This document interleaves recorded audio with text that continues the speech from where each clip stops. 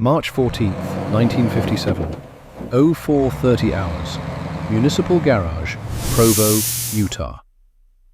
Frank Morrison's hands wouldn't stop shaking. He'd operated snowplows through 16 Utah winters, through blizzards that turned Interstate 15 into a white void, through cold that froze diesel in the lines. But this morning, something was different. The tremor started in his right hand during the night shift, spreading to his left by the time he parked the orange International Harvester plow in Bay 3. By dawn, he couldn't hold his coffee cup. In the locker room, he found Danny Ortega doubled over, trash can, vomiting. Jerry Patterson sat on the bench, staring at his palms. They were bright red, peeling. 3 more operators arrived within minutes, all with the same symptoms: nausea, tremors, skin burning from the inside out. By 0600, all 12 members of the night crew were in the garage supervisor's office, trying to understand why their bodies were failing. None of them knew they'd been driving a weapon. 6 months earlier, the Provo Department of Public Works needed a snowplow. Utah's population was booming, and budget. Constraints meant buying used equipment. They found their answer at Hill Air Force Base, 40 miles north. The military was liquidating Cold War surplus. Among the inventory, a 1954 International Harvester L-170 truck converted for snow removal, painted in safety orange. Price, $4,200, half the cost of new. Department head William Hendricks signed the purchase order on September 12, 1956. The truck arrived on a flatbed trailer. Solid construction, Detroit diesel engine, hydraulic blade system. Everything appeared exactly as advertised. What the paperwork didn't mention was the paint. In 1952, the United States Radium Corporation had developed a new coating for military equipment. The innovation was simple: add radium-226 to industrial paint, creating a finish that glowed faintly in darkness. No electricity required, no batteries to freeze, just perpetual luminescence from radioactive decay. The Air Force applied it to snow removal vehicles operating on runways. Pilots needed to see maintenance equipment in blizzard conditions. Hill Air Force Base had 3 such vehicles treated in winter 1953. 5 coats on the cab, blade assembly, and chassis. The paint contained 2.8 grams of radium-226 per square foot. By 1956, the Air Force discontinued the program. Regular reflective paint worked fine. But disposing of radium-contaminated equipment required expensive decontamination. The easier solution: surplus sale to civilian buyers who asked no questions. Provo's Department of Public Works asked no questions. For 6 months, 12 operators drove the contaminated vehicle in rotating shifts. Each shift lasted 8 hours. Each hour, they absorbed radiation. Radium-226 emits alpha particles, beta particles, and gamma rays. The operators sat 18 inches from painted surfaces. Their hands gripped a steering wheel coated in radioactive material.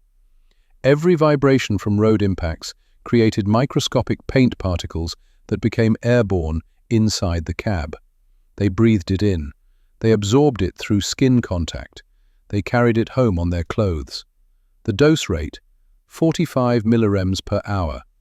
OSHA's 1957 limit was 300 millirems per week for radiation workers. But the operators weren't classified as radiation workers. No dosimeters, no monitoring, no protective equipment, and Utah winters are brutal. The night crew averaged 60-hour weeks, sometimes 80. Frank Morrison alone logged 340 hours in the contaminated cab. 340 hours times 45 millirems equals 15,300 millirems, 50 times the weekly occupational limit. His body was breaking down from the inside out. Dr. Samuel Chen had seen radiation sickness before. As a time of Ken had seen radiation sickness his learning. It was grated with no thing that they would twig to move. As a time had no kit any work, which becoming my 40 hours. Now different saplers for the material, his first time with a great sense. 2014, particularly located the date, particularly putting the problem of a 21st place. For the day, disfine my oppunction to a Ms. would be giving to second great from the same time. He does know that his loaned information could say that the day will be remember, so full into the load says, but he tried to put from the ration's body. Frank Morrison had seen radiation sicknesses.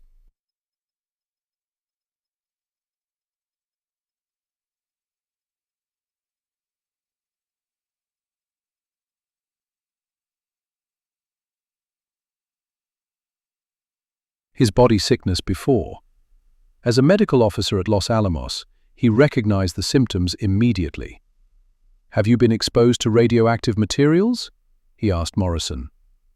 "I drive a snowplow."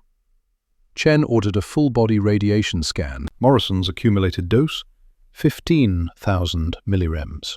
Ortega, 17,200.